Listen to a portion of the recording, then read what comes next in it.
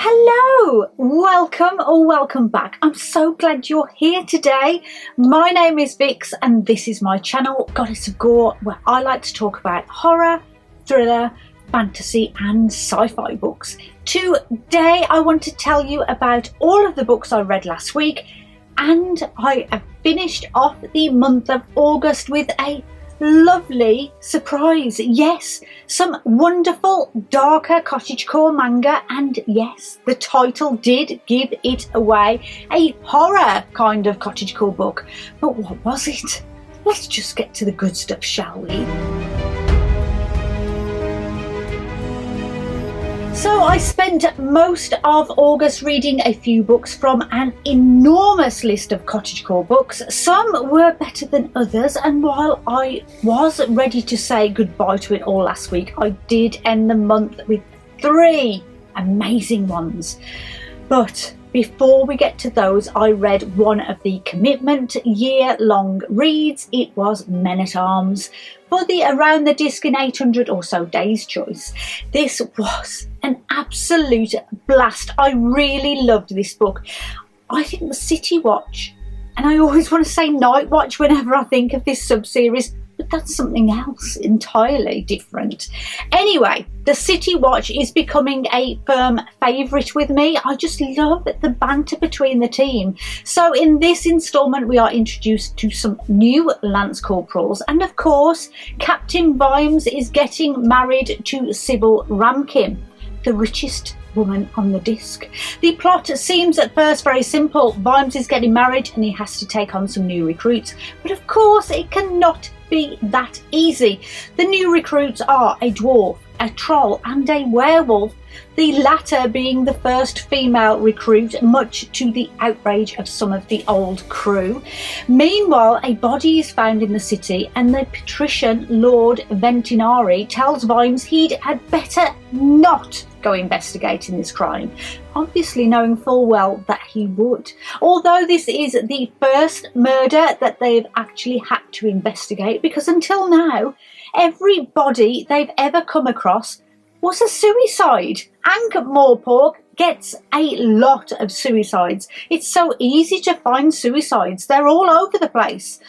We get a lot of moral tales in this book about general life and acceptance, and all done with the wit and humour that make sure that you don't actually know you're being given a life lesson in the usual Pratchett style. I urge you to try this book, even if you've never read a Discworld book before. And then it was back to the cottagecore with the stunning manga, The Girl from the Other Side. I'll try not to put it in the light. By Nagabe. This deluxe volume is beautiful and even comes with some colour drawings as bonus content. Honestly, beautiful. I need to save up for the second edition now. So this is a strange tale indeed. It is mainly about a being called a teacher from the outside, and Shiva, a little girl who has been left in the forest on the border of the inside and the outside by her grandmother. The two cannot touch in case they get infected. Now, Teacher is not quite like the rest of the demon-like beings that are in the outside. He actually wants to keep Shiva safe and loved. So he takes her and gets her food and water every day, and even lets her play tea parties. So their days go pretty much like this until one day Shiva runs into a group of soldiers. Now, they don't want to get infected either, so order Shiva to be captured and possibly killed. Ironic how the outsiders are supposed to be the evil killers and the soldiers from the inside are supposed to be the saviours, and yet there they were. This is the start of 4 volumes that are so heartbreaking. I found myself struggling at first to get into the manga, since I'm not really a manga or graphic novel reader at all, but it didn't take me long to win me over, and now I want to read more. And then it was the turn of my reread of A Wizard's Guide to Defensive Baking by Ursula Vernon, also known as T.Kingfisher. Don't we all need a sourdough called Bob on our side? So this is a story about 14-year-old Mona, an orphan who lives and works at her aunt's bakery. Mona has a small amount of dough magic, not much, but just enough to make gingerbread men dance at will and bread to always rise perfectly. It is at this bakery that a dead body is found by Mona when she starts her very early morning shift, and from that moment on, her entire life is turned upside down. She is accused and arrested for this murder, and it seems that someone has set her up because magicians, even minor ones like Mona, are being eradicated.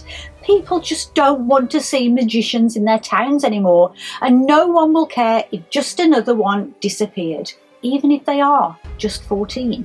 So with the help of her friends, Mona uses her humble magic to defend the rest of the city from the killer, since she is the only one who has lived to tell the tale and possibly the only person who can solve the mystery to who the killer actually is. So what I absolutely loved about this book, it was the first cozy fantasy that ever actually involved baked goods that I had read.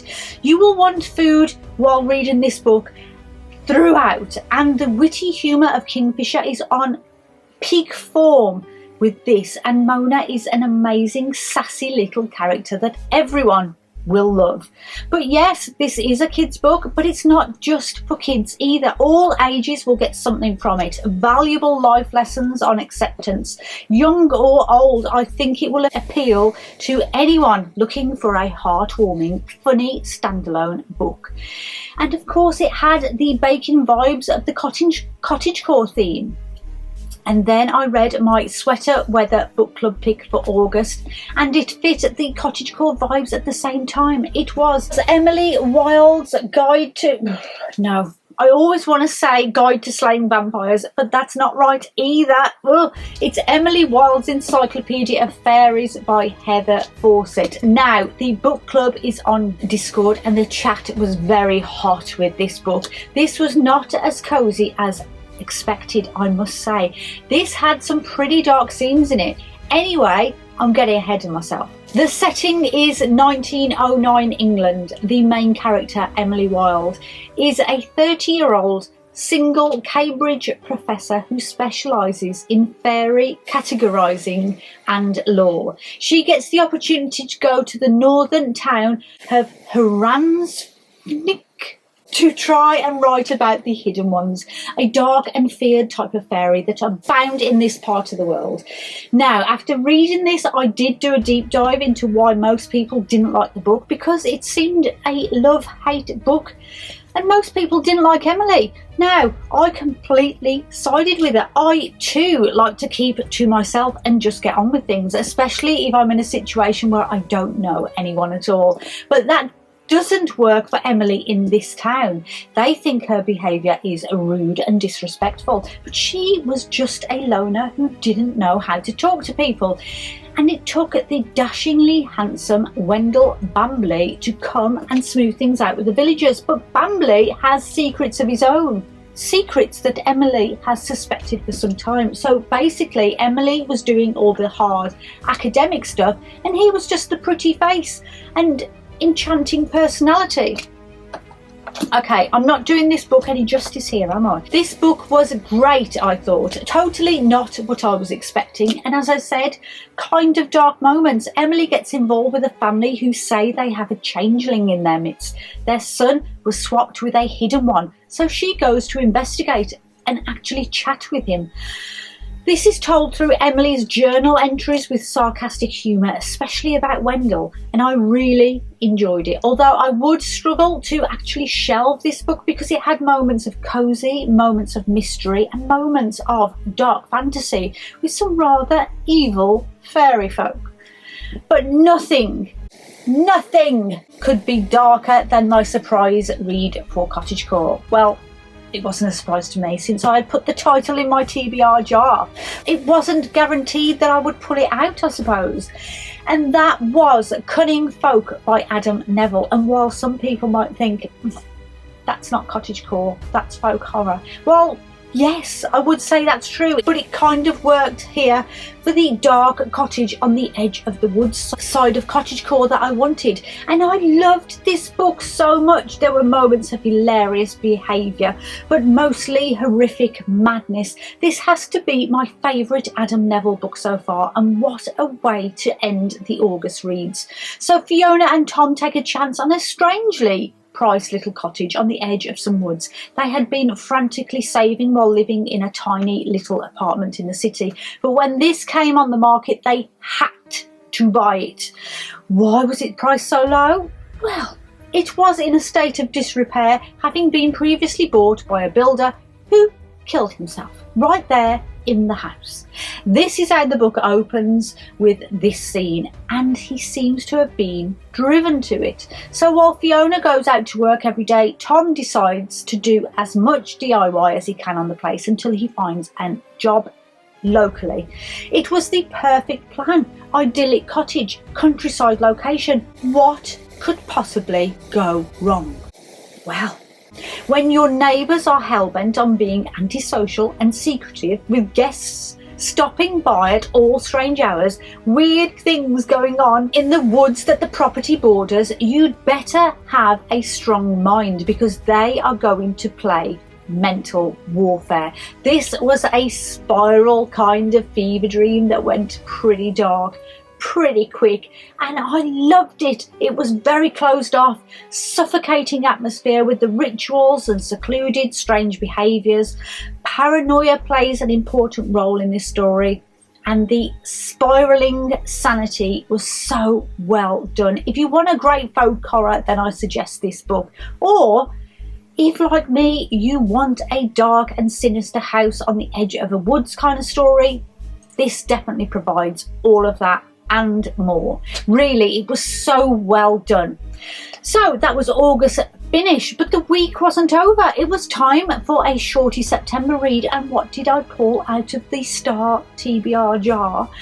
The longest book on the shorty list, of course, my advanced copy of Bookshops and Bonedust by Travis Baldree. So I didn't quite hit the 5-star mark that Legends and Lattes did, but it certainly did hit the coziness you would expect. Now, I'm not going to say too much about it because it's obviously not out yet, and with the release date being at the start of November, I will just say that it was a solid 4-star, so it wasn't a disaster. I think it's a wonderful accompaniment to the Viv the Orc storyline set before we met her as she opened her coffee shop. This is set on a small island called Merk when Viv is sent to recuperate after being severely injured during a fight with a necromancer's army. If you like cozy bookshops and you like eating baked goods, then pre-order this at once, because I will talk about it when my nice broken binding edition that matches my Legends and Latte comes in. So that is it. That's all of the books I read last week, including one that's going to be in a spooky vlog coming out in a couple of weeks' time. So please hang around to see what that's all about if you want to. But otherwise, thank you so much for hanging out with me today. I really do appreciate you being here. What did you think of my views on these books? Have you read any of them? Do you agree or disagree with me? Maybe you're thinking, did we even read the same book? Let me know in the comments what you thought of them. I hope I managed to talk you into reading something off this list today, or maybe just some ideas for your future reading plans. Perhaps a cottagecore theme, or have I just talked you into reading something in general? If you haven't already, maybe you would like to subscribe and stay around for a bit longer. And don't forget to like this video if you did, of course. I will leave you as always with a favourite quote from one of the books I read this week. And I really struggled this week because I had quite a few to choose from, but I settled on this one. He was said to have the body of a 25-year-old, although no one knew where he kept it. The point was that everyone else had someone, even if, in Nobby's case, it was probably against their will. Make some good book choices this week, my friends, and I hope to see you all again soon. Until next time, bye-bye.